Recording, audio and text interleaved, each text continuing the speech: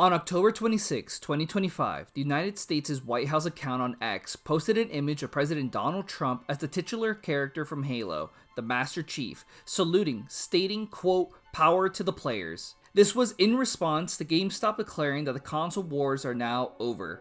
Shortly after this tweet, the United States Immigration and Customs Enforcement, aka ICE, posted an advertisement using Halo 1 stating, quote, "Destroy the flood. Join.ice.gov. This sparked a discussion online that grew so large that suddenly everyone had opinions on what Halo was and wasn't about. After this post was made on X, Halo has been titled to be, quote, "right-wing propaganda." Why? Well, because guns, military, and the flood allegory supposedly is being about illegal immigrants. At the end of the day, Halo is media and art, and it can be and will be interpreted in any way it wants to be. Not all media has kept its original intention over time, but I do want to give my 2 cents on the discussion about Halo.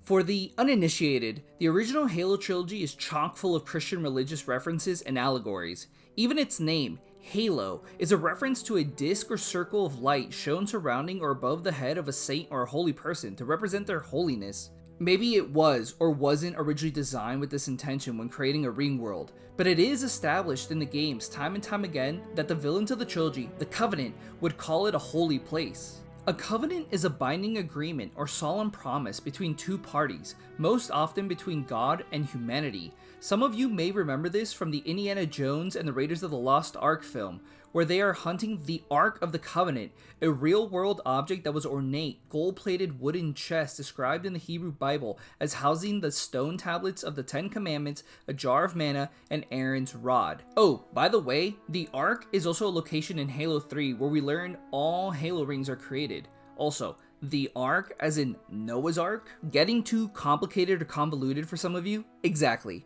It doesn't take much to see how well thought out this entire trilogy was. Now, some of you may be saying, Pojeki, so it's a Christian allegory and it's filled with Christian symbology. Doesn't that make it inherently just a conservative property? Not quite.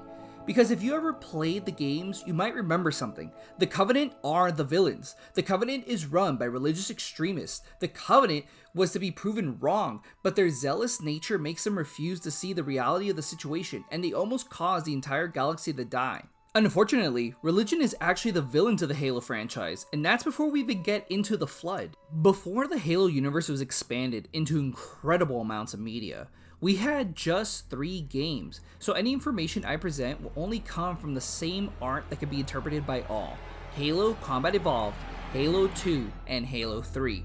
We will not be using any expanded media made by other people who have their own opinions on the functionality of these games. We will strictly be analyzing the content that is before us and define whether or not it is really the propaganda that the far right is explaining that it is. But before we get to do that, just remember, this game was made by a bunch of young 20-somethings from Chicago, Illinois, who moved to Seattle, Washington. And before you go asking for my credentials on the subject, no, I am not just some upset gamer who has nothing better to do. I have a dual master's in religion and politics in America, so I have a lot more skin in the game than your average talking piece online. I specialized in civil religion, and I was hired to work on data research for contracts with the US government. I also have a degree in anthropology with a specialization in cultural anthropology, and I have a degree in political science with a specialization in political theory. All this to say, this is exactly the conversations I am an expert on. Let's get Halo's Christ allegory out of the way, won't we? Our protagonist's name is the Master Chief, but his real name is John, and he goes by John 117. Coincidentally, John 1:17 from the Bible reads, "For the law was given through Moses, but grace and truth came through Jesus Christ." This alone can be its own video essay. The Halo rings were given to the Covenant, or so the prophets proclaim in Halo 2, but who is here to disrupt and break them? The Master Chief, aka the Jesus of the Halo franchise. Now, why do I call him Jesus?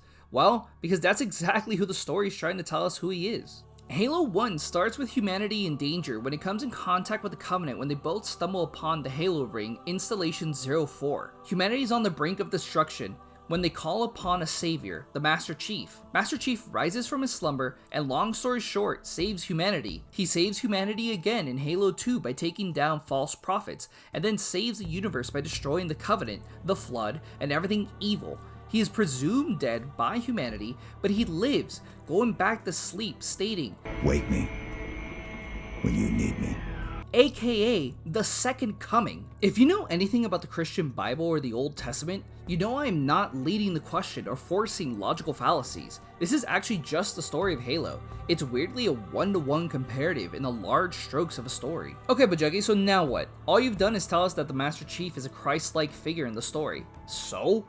Well, it's for us to have a mutual understanding of how this game's story is set up to be understood, because there are more allegories in there and they can only be fully understood if the full context is already pre-established. Now let's get going with what made me make this video, the Flood. First, let's discuss how they're used and presented in the games. In all Halos 1 through 3, the Flood is presented as nothing more than a virus or zombie-like species. The Forerunners, the creators of the Halo rings, weirdly lock these guys away in the ring world. When humanity stumbles upon a facility on the Halo ring, they unknowingly release the Flood.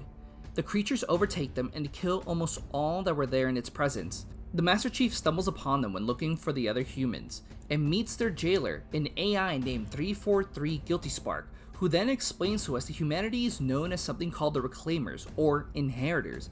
But Inheritors the what?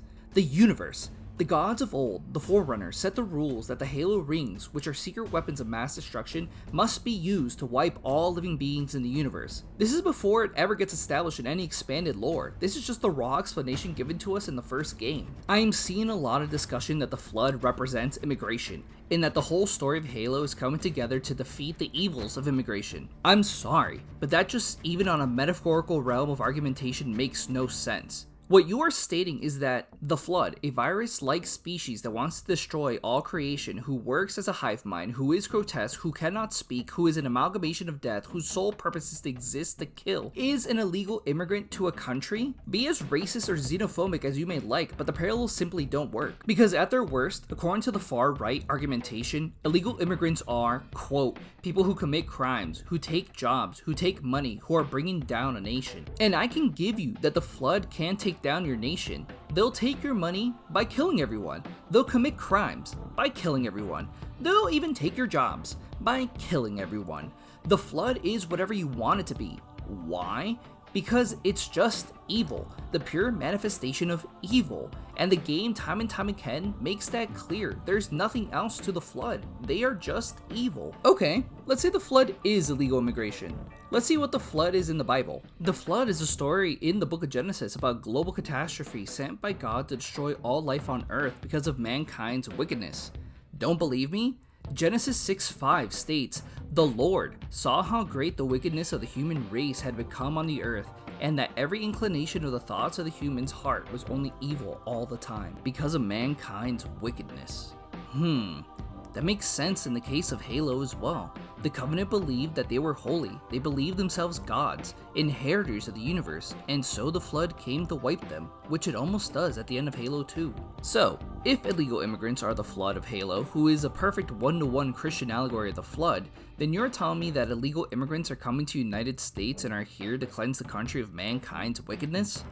AKA, make this a better and holier place? Well shoot, as a Christian myself, then let's get this going, because we sure need to clean the country of all this sin going on. Oh Pojeki, you're thinking way too into it. It's simply that the Flood is evil and so are illegal immigrants. No! Wrong! That's not how this gets to work. You can't say it's artistic interpretation about something that is literally an exact analogy. The conversation was made because people want to say things without thinking about them, and those days are over. If you want to say something, rub those two neurons together and think it through, because Halo isn't left or right-wing propaganda. It's a story about not believing blindly, about questioning authority, taking matters into your own hands, and that true salvation is through knowledge and understanding.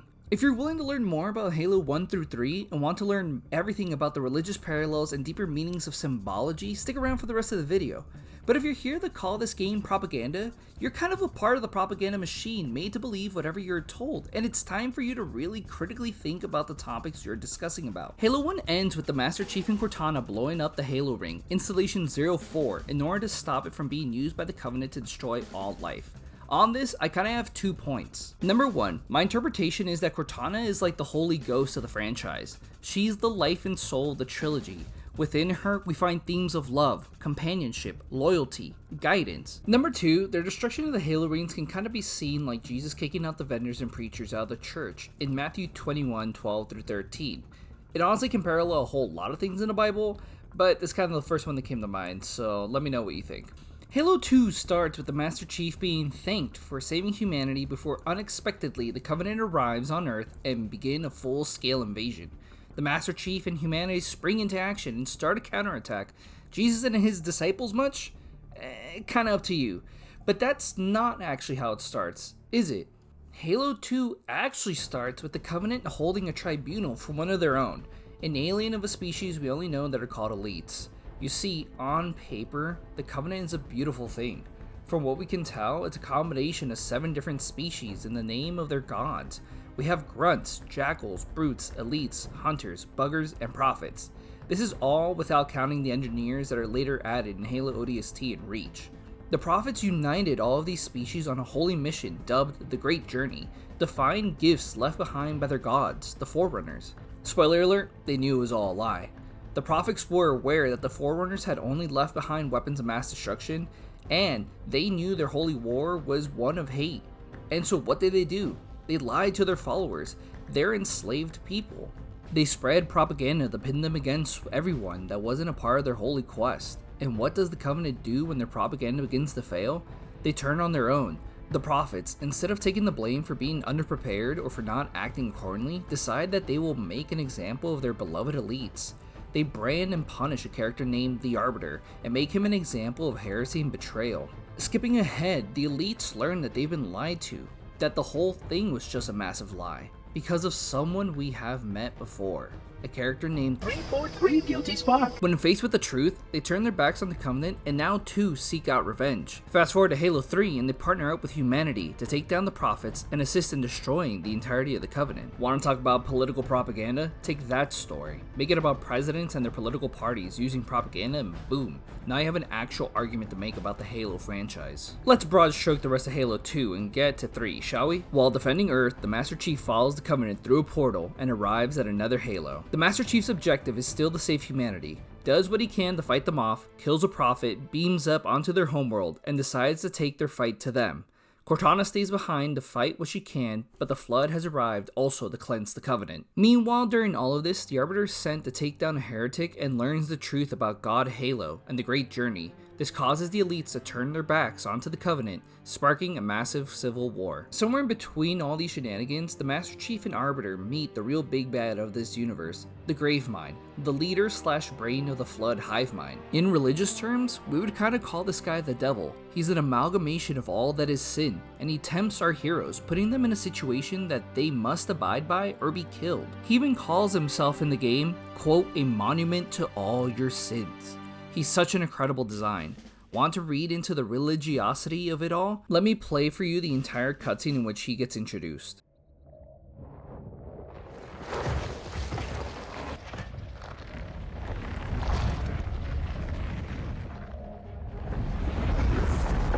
What is that? I am a monument to all your sins.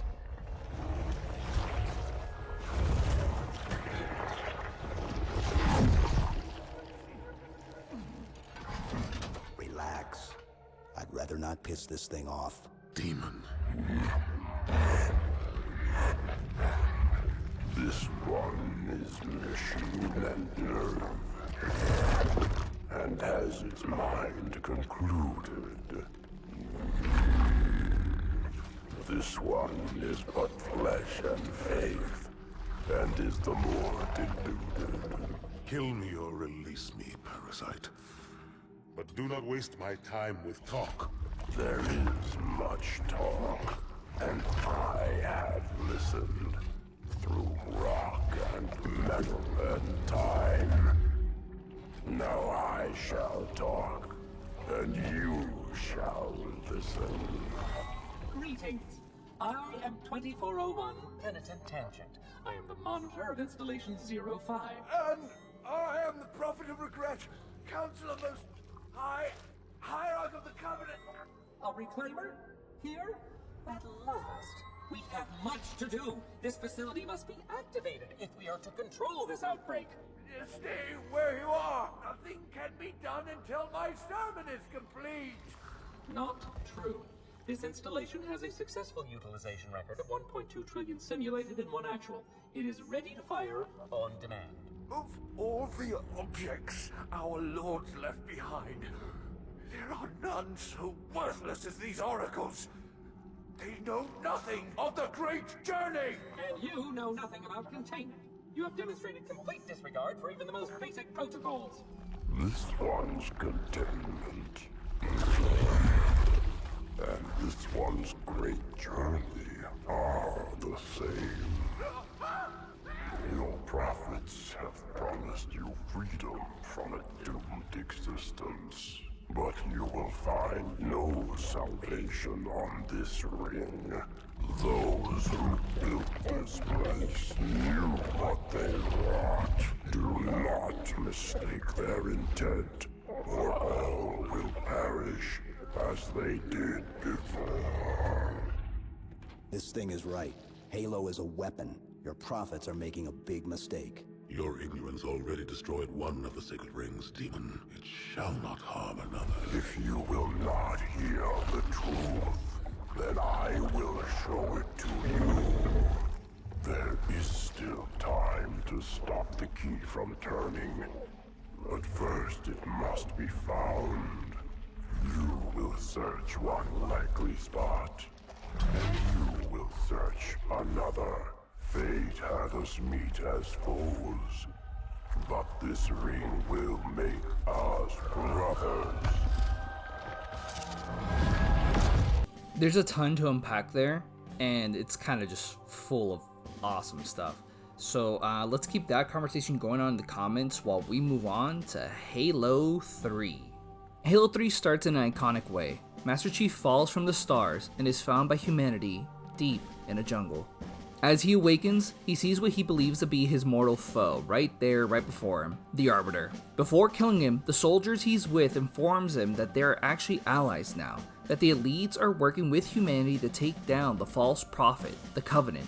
United now in their understandings, they work together over the course of the game to defeat not only the Covenant, but the Flood as well. Long story short, they fight and they fight until they make it to the birthplace of the Halos, a place called the Ark. On the Ark, they fight their way through the Covenant and learn the truth about this place. Knowing the prophets are going to use this cradle of faith, they are pressed against time. Eventually, they make it to what looks like a cathedral and are met by the Flood. Afraid now of their own defeat, they ally with humanity and the elites to take down the Covenant, or else they are all doomed to perish. After finally defeating the Prophet, the Flood betrays them. Obviously, they're just sin incarnate. The Master Chief and the Arbiter escape. Master Chief goes to save Cortana from a place called High Charity, formerly the home world of the Covenant, but now destroyed and overtaken by the Flood. So John goes in, like Dante through hell, and finally finds her. He's reunited with Cortana, and they make their escape, deciding that the only way to end this all is by destroying the Ark from ever making any more Halos, and finally destroying the Flood once and for all. And so, they do. They go and destroy it all, escaping, finally finishing the fight. Halo 1 through 3 is a Christ narrative. It's filled with religious allegories and parallels. It's a story of rising to the call, banding with your brothers in arms, logic over faith, and being the hero your people need you to be. Because the real moral of the Halo story is that we all have the potential to be the Master Chief. We are all reclaimers to the gift of life. Halo rings are the instruments of our enemies. They are also tools to separate and destroy us. The far right is a form of the Covenant, and their Halo is propaganda. That is their tools. The Covenant are religious fanatics who wish to take down any who do not want to abide by their liturgy. They are so grossly evil, they are aliens to our basic humanities. We are being chased to the corners of the galaxy. When being pushed to our brinks, we stumble upon the truth of it all. They just want to destroy us by taking away everything around us, turning video games of positivity into messages of division and hate. Halo is not conservative propaganda. It's a human story, a story of triumph, and read it into it as you will, but in the end, there is still truth to this art. Alex Haropian, Jason Jones, Marcus Leto, Shi Kai Wang, Jamie Greismer, Joseph Staten, and even Marty O'Donnell. All 7 of these guys set out not to make a story of illegal immigration. They were making a story of humanity. Any creator that now wants to come out 26 years later after their Macworld announcement and wants to state how it's been a story of an illegal immigration is conducting revisionist history. I've been a close fan and lover of the series since I was a child. My views and feelings on topics have shifted a lot over the years, and something that I know for sure is that the story of Halo has not always been able to mold to my feelings and opinions. Just because our feelings and emotions change, we cannot insert that into a medium, as many do not leave much space for interpretation. This final part's for a man that meant a lot to me growing up. This is for Marty O'Donnell. Marty, it kind of pains me to see that you just actively go out of your way to change the narrative of such beautiful art that you've created. You're doing essentially what a lot of fans believe J.K. Rowling did to Harry Potter. You're one of the greatest composers in gaming history, and yet instead of trying to unify, you seek to divide. You found these diverse voices to be echoes of emotion, and many of them still stick with us today. You designed unique sounds in the environments we explored. You filled the worlds of Halo with so much amazement and wonder. The Halo we know today is not possible without the immense influence you shared. From helping unite the band after it began to split ways, to being the voice of reason until you were let go. You inspire artists by showing your tricks and samples. Everywhere you go, you make ripples in the reality of the Halo sphere. Marty, you lovingly call yourself Marty the Elder, for the great wisdom you bring. As a member of the youth, I ask you to use your status as a legend, as an elder, as a creative, to bring people together, not to divide. Your voice matters much more than you believe. And that's that. Thank you all for sticking around this far. And I'm sorry if this was not what you were expecting, but I was truly getting tired of all this discourse full of bloated lies. Oh, speaking of which, look out for my next video. I plan on talking about algorithms and how they influence us far more than we think. This has been Pojeki, your guide through all things nerdy. Thank you for all being here like a loving family, and thank you for watching. I can't wait to keep sparking conversations and engaging with you all. Much love. Peace.